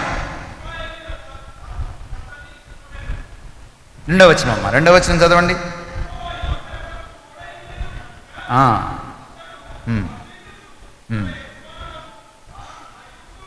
Right, చాలు. మీరు యోసేపు story ఈ 39 అధ్యాయమే కాకుండా మీరు మొత్తం చదివితే యోసేపు బయోగ్రఫీలో మాటికి రిపీట్ అవుతూ ఉంటుంది ఒక లైన్. ఏంటో తెలుసా అది? యెహోవా అతనికి తోడై ఉండెను. తోడుగా ఉండి ఎవరుంటారండి ఎక్కువసార్లు? ఎవరుంటారు తోడుగా? ఫ్రెండ్, దోస్తుంటాడు. ద లార్డ్ వాజ్ ఎ జిగ్రీ దోస్త్. జోసెఫ్కి జిగ్రీ దోస్త్ ఎవరంటే ద లార్డ్, సాక్షాత్తు దేవుడే, ద లార్డ్ హిమ్సెల్ఫ్. అందుకని మాటికి ఆ మాట కనపడుతుంది.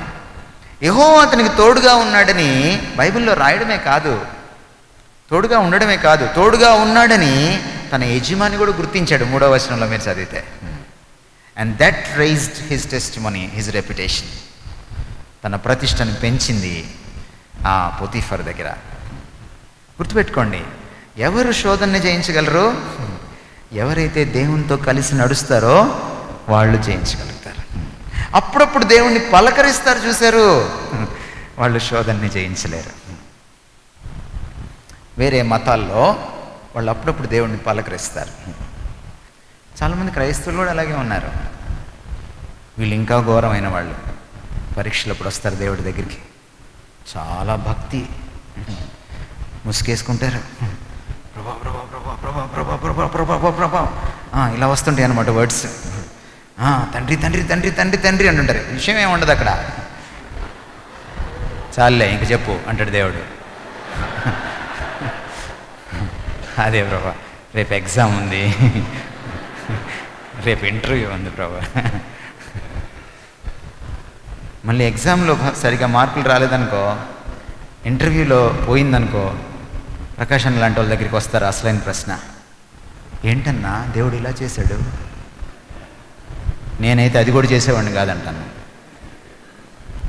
అప్పుడప్పుడు వచ్చి పలకరించి అవసరం పబ్బం గడుపుకుండే భక్తులం మనం. జోసెఫ్ అలా కాదు.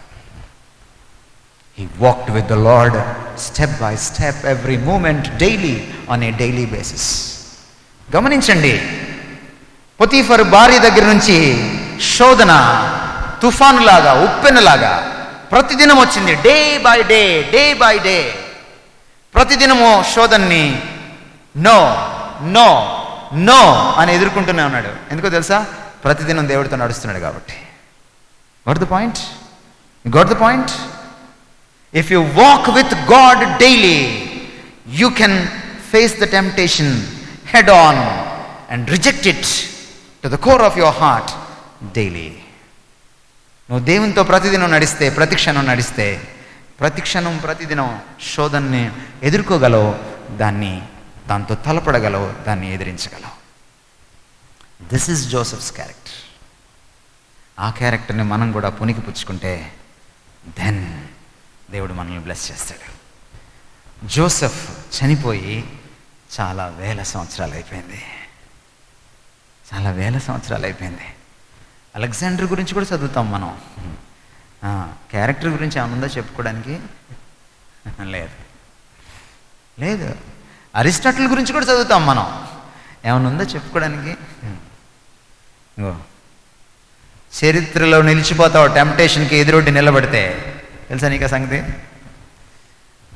క్యారెక్టర్లో నిలబడితే చరిత్రలో నిలిచిపోతావు. భారతదేశం చాలామంది ప్రైమ్ మినిస్టర్లను చూసింది. ఒక ప్రైమ్ మినిస్టర్ అతి కొద్ది రోజులు మాత్రమే ఉన్నాడు, ఎక్కువ రోజులు సీట్లో లేడు. కానీ ఈ రోజుకి భారతదేశం ఆ ప్రైమ్ మినిస్టర్ని మర్చిపోలేదు. ఎవరో తెలుసా ప్రైమ్ మినిస్టరు? అందరికంటే పొట్టివాడు, లాల్ బహదూర్ శాస్త్రి. మచ్చలేని జీవితం. మర్చిపోదు. భారతదేశం ఉన్నంతకాలం ఆ ప్రైమ్ మినిస్టర్ని మర్చిపోదు. That's the power of a character.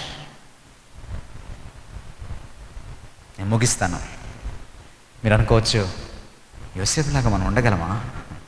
యోసేపులాగా మనం శోధనల్ని జయించగలమా? అంతటోళమా మనం? అంతకంటే గొప్పవాళ్ళం. అంతటోళం కాదు, అంతకంటే గొప్పవాళ్ళం. ఎందుకంటే యోసేపు కాలంలో పరిశుద్ధాత్మ దేవుడు గుండెల్లో నివసించలా. ఈరోజు పరిశుద్ధాత్మ దేవుడు మీ గుండెల్లో నివసిస్తున్నాడు.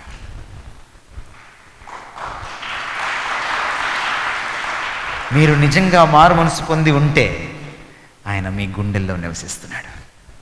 అందుకనే 1 యోహాను పత్రిక 4వ అధ్యాయము 4వ వచనం చదవండి. 1 యోహాను పత్రిక 4వ అధ్యాయము 4వ వచనం.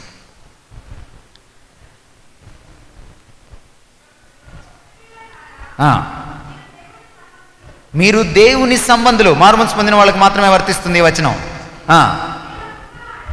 మీలో ఉన్నవాడు అమ్మా లోకములో, అమ్మా మీరు బిట్లుగా చదవద్దు, ఫ్రేజులుగా చదవండి. లోకములో ఉన్నవానికంటే గొప్పవాడు. కనుక మీరు వాటిని జయించి ఉన్నారు. పాస్ట్ టెన్స్లో చెప్తున్నాడు, భూతకాలంలో చెప్తున్నాడు. భూతకాలం అంటే దయ్యాల కాలం కాదు, పాస్ట్ టెన్స్. అయిపోయింది. You have got victory. మీరు యేసుక్రీస్తు విజయంలో నిలబడ్డారు. ఈరోజు శోధన ఎదుర్కొనేటప్పుడు మీరు ఒక్కళ్ళే ఎదుర్కోట్లా, మీతో ప్రభు ఉన్నాడు ఆత్మరూపంలో. You are not alone. మీరు పాపం వైపు తిరిగారా, ఆయన అటు తిరుగుతాడు. మీరు ఒక్కళ్ళే చేస్తారు పాపం. మీరు పాపానికి వెన్ను చూపించారా, అది లాగుతుందా, మీరు అటు వెళ్ళకుండా ఆయన మీతో ఉంటాడు. Whenever you say no to sin, God is with you. యోసేపుతో దేవుడు ఉన్నట్టే. ఆ రోజు యోసేపుతో ఉన్నాడు, ఈరోజు మీలో ఉన్నాడు. You are better than Joseph. మరి యోసేపు గెలిస్తే మీరు గెలవలేరా? You can. తప్పకుండా మీరు గెలవగలరు. మీరు ఎంకరేజ్ అవ్వడానికి ఒక వచనం మీ చదివించి నేను ముగిస్తాను. 1 కొరింథీ పత్రిక నిన్న మనం చూసాం. చివరి వచనాన్ని నేను ఈరోజు మాట్లాడతానని ప్రామిస్ చేశాను. And I will keep that promise. 1 కొరింథీ పత్రిక 10:13 స్పష్టంగా చదవండి తమ్ముడు, పెద్దగా మాత్రమే కాదు.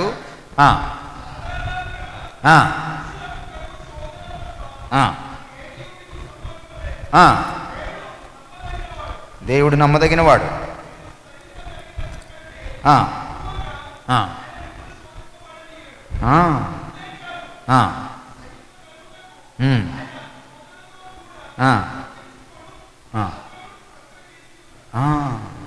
ఇది గుడ్ న్యూస్ అండి మీకు.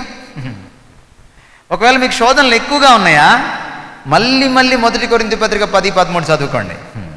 4 విషయాలు మీకు చెప్తున్నాడు, 4 శుభవార్తలు చెప్తున్నాడు శోధన ఎదుర్కొనే వాళ్ళకి. మొదటి శుభవార్త ఏంటో తెలుసా? ఈ శోధన మీకు ప్రత్యేకం కాదు, ఇది అందరికీ కామన్. చాలామంది కష్టాలు వచ్చిన వాళ్ళు, శోధనలు వచ్చిన వాళ్ళు ఏమంటారు తెలుసా? మీకేం తెలుసా నా శోధనలు, అది అబద్ధం. బైబిల్ ప్రకారం అది అబద్ధం.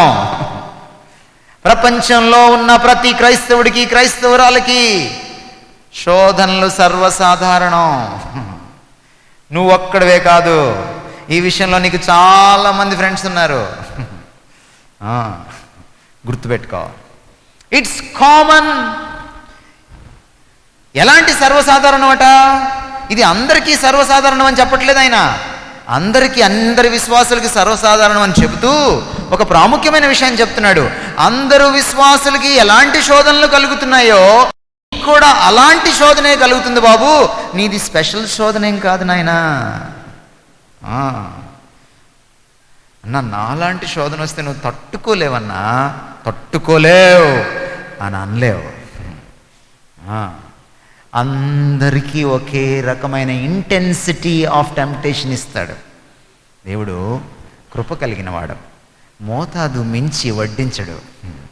జాగ్రత్త. రెండో విషయం ఏమంటున్నాడంటే, ఆ శోధన భరింప తగినదట. ఇది ఇంకో గుడ్ న్యూస్. మీ తలకు మించిన శోధన ఇవ్వడు, మీరెంత బరువు మోయగలరో అంతే ఇస్తాడు. ఇది ఎక్స్ప్లెయిన్ చేస్తే మీకు కొంచెం భయం వేస్తుంది. మీరు ఇప్పుడు చాలా యంగ్గా ఉన్నారు కదా, యేసుప్రభులో చాలా పిల్లలుగా ఉన్నారు కదా, మీకు చిన్న చిన్న శోధనలు వస్తాయి. మేము కొంచెం ఎదిగాం కదా, మాకు పెద్ద పెద్ద శోధనలు వస్తాయి. మెచ్యూరిటీని బట్టి శోధన ఉంటుంది. ఎంత భరించగలవో అంత. చిన్న పిల్లోడికి చిన్న సంచిచ్చి మొయ్యరా అంటాం, పెద్దోడికి ఓ మూటేసి ఓ బస్తా వేసి మొయ్యరా అంటాం. చిన్నపిల్లోడి మీద బస్తా వేస్తే వాడు పాపం చచ్చి కూర్చుంటాడు. కాబట్టి నువ్వు దేవునిలో ఎదిగే కొద్దీ శోధన కూడా ఎదుగుతూ ఉంటుంది. పిండి కొలది రొట్టె అన్నారు, ఏ చెట్టుకు అంత గాలి అన్నారు. కాబట్టి గుర్తుపెట్టుకోండి, గుడ్ న్యూస్ ఏంటంటే పెద్దోళ్ళకి వచ్చే శోధనలు మీకు రావు. మీకు వచ్చే మీకు వస్తాయి, వాళ్ళకి వచ్చే వాళ్ళకి వస్తాయి. ఎవరికి ఎంత భరించగలరో వాళ్ళకి అంత వస్తాయి. Second good news. Third good news ఏంటో తెలుసా? మీరు జయించగలరు. శోధన తెచ్చిన వాడే దానికి పరిష్కార మార్గం కూడా చూపిస్తాడు. మీరు అడగచ్చు, అసలు శోధన తేవడం ఎందుకు, మళ్ళీ పరిష్కార మార్గం తేయడం ఎందుకు, ఈ డోర్లోంచి ఏమో శోధన తీసుకొచ్చి ఆ డోర్లోంచి పారిపోరా అనడం ఎందుకు, ఏంటి దేవుడు మాతో ఆడుకుంటున్నాడా బొమ్మను చేసి ప్రాణము పోసి ఆడేవు, నీకు ఇది న్యాయమా అని మీరు అనుకుంటున్నారేమో. కాదు. ఎందుకు తెస్తాడంటే ఆయన శోధన, అసలు శోధనలు ఏం తేలేదనుకోండి, ఈ డోర్లోని శోధన తెచ్చి తప్పించుకోవడానికి నీకు ఇంకో మార్గం ఇచ్చి, శోధనకు అసలు నువ్వు లోను కాకుండా నిన్ను అల్లారు ముద్దుగా నిన్ను పెంచాడనుకోండి, పెద్దోడు అయిన తర్వాత నువ్వు ఎందుకు పనికి రాకుండా అయిపోతావు. ఎందుకు పనికిరావు. మా కజిన్స్లో ఒక అబ్బాయిని వాళ్ళమ్మ అత్యంత గారాబంగా పెంచింది. అమ్మాయిని కూడా అలా పెంచరు, చాలా జాగ్రత్త అనమాట అమ్మా నాన్నకి. మీకు చిన్న సన్నివేశం చెప్తాను. పాపం వాడు ఎగ్జామ్ రాయడానికి వెళ్తున్నాడు. ఏ ఎగ్జాము? MBA exam. వాళ్ళ నాన్న వాడి హాల్ టికెట్ని జెరాక్స్ తీసి ఒకటి వాడి జామెట్రీ బాక్స్లో పెట్టాడు, ఇంకోటి వాడి పాకెట్లో పెట్టాడు. ఏది? జెరాక్స్. మరి ఒరిజినల్ ఇంకో పాకెట్లో ఉంది. ఎందుకు అంకుల్ అలా చేస్తారంటే, పోగొట్టుకుంటాడేమో, అన్నీ పోతే ఇంకో జెరాక్స్ బీరువాలో ఉందన్నాడు. అతి జాగ్రత్త. పాపం వాడికి పెళ్లి చేశారు. ఆ అమ్మాయి నీతో నేను కాపురం చేయనంది. ఎందుకంటే పాపం మనోడు ఆ అమ్మాయి కంటే డెలికేట్. ఆ అమ్మాయి ఎంత డైనమిక్ అంటే, ఆ అమ్మాయి పెళ్ళైన 6వ రోజు కరాటే ఫైట్ చేసి వాళ్ళ అత్తను కొట్టేసి పెద్దలందరి ముందు వెళ్ళిపోయింది. ఇలా కొట్టింది ఆవిడ. పెళ్ళి పెటాకులు అయిపోయింది. కోర్టులో 10 లక్షలు కాజేసింది ఆ అమ్మాయి. ఎందుకు చెప్తున్నానంటే, కష్టాలు రావాలి, రాటు తేలాలి అంటే ఏం రావాలి? కష్టాలు రావాలి. రాటు తేలాలంటే రాళ్ళు కొట్టాలి, రాటు తేలాలంటే రాళ్ళు మొయ్యాలి, రాటు తేలాలంటే రాళ్లతో తలపడాలి. రాటు తేలాలంటే లోకం రాళ్ళు వేస్తే ఎదుర్కోవాలి, అపవాది రాళ్ళు విసిరితే ఎదుర్కోవాలి. అప్పుడే రాటు తేలుతావు. నీ విశ్వాసంలో నువ్వు రాటు తేలాలని, ఓ సైనికుడిగా ఉండాలని దేవుడు ఒక డోర్ తెరిచి, అపవాదిని నీ వాడిని కొంచెం టెంప్ట్ చేసుకుంటాను అంటే ఓకే పో అంటాడు. అపవాది ఎందుకు చేస్తాడంటే నిన్ను పడేయాలని చేస్తాడు. దేవుడు ఎందుకు అనుమతిస్తాడంటే నువ్వు ట్రైన్ అవ్వాలని. లేకపోతే క్రైస్తవ జీవితం చప్పగా ఉంటుంది, బోర్ కొడుతుంది. అందుకనే క్రిస్టియన్ లైఫ్ అంతా ఛాలెంజింగ్, సాహసోపేతమైన, కిక్ ఇచ్చే లైఫ్. మీ భాషలో చెప్పాలంటే ఇంకెక్కడ దొరకదు. రోజుకో శోధన, రోజుకో ఛాలెంజ్, చూడంగానే కిక్, రా అని చెప్పగలిగిన దమ్ము, కాంకరబుల్. మనకొచ్చే శోధనల్ని మనము జయించగలము. నేనైనా జయించగలమని చెప్తున్నాను. బైబిల్లో జయించారు అని ఉంది, ఇందాక మీరు చదివారు. చివరి గుడ్ న్యూస్. ఇవన్నీ అటుంచితే శోధనలు సర్వసాధారణం, నీకు స్పెషల్ కాదు. 2, శోధనను నువ్వు భరించగలిగిన శోధనే నీకు వస్తుంది, 2వ గుడ్ న్యూస్. 3వ గుడ్ న్యూస్, వచ్చిన శోధనని జయించగలిగిన సత్తా నీకు క్రీస్తులో ఇచ్చాడు దేవుడు. అన్నిటికీ మించి శోధన నిన్ను స్పృశించినప్పుడు ఒక నమ్మకస్తుడైన దేవుడు నీకు తోడుగా ఉన్నాడు. అందుకనే 13వ వచనంలో ఏమంటాడంటే, మన దేవుడు నమ్మదగినవాడు. ఫ్రెండ్స్ ఉంటారు, వాళ్ళు నిజమైన ఫ్రెండ్స్ ఎప్పుడు తెలుస్తారో తెలుసా? నిజమైన ఫ్రెండ్స్ని ఎప్పుడు నేను టెస్ట్ చేయాలనుకోండి, మీకు లేనిపోని కష్టాలన్నీ మీరు చెప్పండి వాళ్ళకి. అప్పుడు చూడండి నెక్స్ట్ డే వస్తారో లేదో. నిజమైన ఫ్రెండ్స్ కష్టాలు అప్పుడే మీ దగ్గర ఉంటారు. ఈ దేవుడు ఉన్నాడు చూసారా, ఆయన మీరు శోధన గుండా వెళ్ళినప్పుడు మరీ ఎక్కువగా మీకు తోడుగా ఉంటాడు. That's a god you have. ఈయన నమ్మదగిన దేవుడు, నమ్మదగిన దేవుడు. The more you are tempted, the more his presence is with you. And that's why, అదే నీ దమ్, అదే నీ గట్స్, అదే నువ్వు అపవాది టెరిటరీలోకి ఎలా వెళ్ళగలవు, వాడిని ఎలా ఎదిరించగలవు, శోధనతో ఎలా తలపడగలవు. నీ దమ్ ఏంటి, నీ ధైర్యం ఏంటి? ఆయన నీ ధైర్యం. ఒక చిన్న విషయాన్ని చెప్పి నేను క్లోజ్ చేస్తాను. అంతకుముందు ఒక క్రిస్టియన్ ఆర్గనైజేషన్లో నేను పనిచేసేవాడిని. అది ఒక పల్లెటూరు, యూనివర్సిటీ పక్కన ఉంటుంది, సబర్బ్ ఏరియాలో ఉంటుంది. ఒకరోజు ఒక గమ్మత్తైన సన్నివేశం మా క్యాంపస్ దగ్గర నేను చూశాను. మా క్యాంపస్ 2 ఎకరాల స్థలం. ఆ 2 ఎకరాల స్థలానికి గేట్స్ ఉంటాయి, చుట్టూ ఫెన్సింగ్ ఉంటుంది. మా క్యాంపస్లో కొన్ని కుక్కలు ఉంటాయి. ఇవి వ్యాహ్యాలకి షికారుకి బయటికి వెళ్ళాయి. ఒక కుక్క ఉండిపోయింది, బయట ఉండిపోయింది, వెనకబడింది. ఈలోపు ఊర్లో పాలెంలో ఉన్న కుక్కలన్నీ దాన్ని వెంటబడ్డాయి. అప్పుడే నేను ఆ సీన్ చూశాను అనమాట. కుక్క పాపం చాలా రొప్పుతా పరిగెట్టుకుంటా మా ఆఫీస్ క్యాంపస్ వైపు వస్తుంది. దాని తోక ఇలా ముడుచుకొని వెళ్ళిపోయింది లోపలికి. అది పరిగెడతా ఉంది, చాలా భయంగా ఉంది. వెనక చాలా వస్తాదుల్లాగా ఉన్నాయి కుక్కలు. ఒక 5-6 కుక్కలు చాలా పౌరుషంగా, ఫెరోషియస్గా వెంటపడతా ఉన్నాయి. నేను అలాగే చూస్తున్నాను ఆ దృశ్యాన్ని. గేట్ వచ్చింది, గేట్ లోపలికి వచ్చింది కుక్క. రాంగానే పీచే ముడ్ ఒక్కసారి టర్న్ తీసుకుంది, తోక ఇలా లేచిపోయింది, పైకి లేచిపోయి హే అంది ఆ కుక్కలన్నింటినీ. ఆ కుక్కలను ఒక్కసారి బ్రేక్ వేసేసినాయి. ఏంటి దాని బలం? నా క్యాంపస్, నా టెరిటరీ. నీ బలం ఏంటో తెలుసా? నా దేవుడు, నీ దేవుడు. ఆయన అనుకున్నాడు. శోధన కొన్నిసార్లు గొల్లియాతులాగా ఉంటుంది, నీ జీవితం దావీదులాగా ఉంటుంది.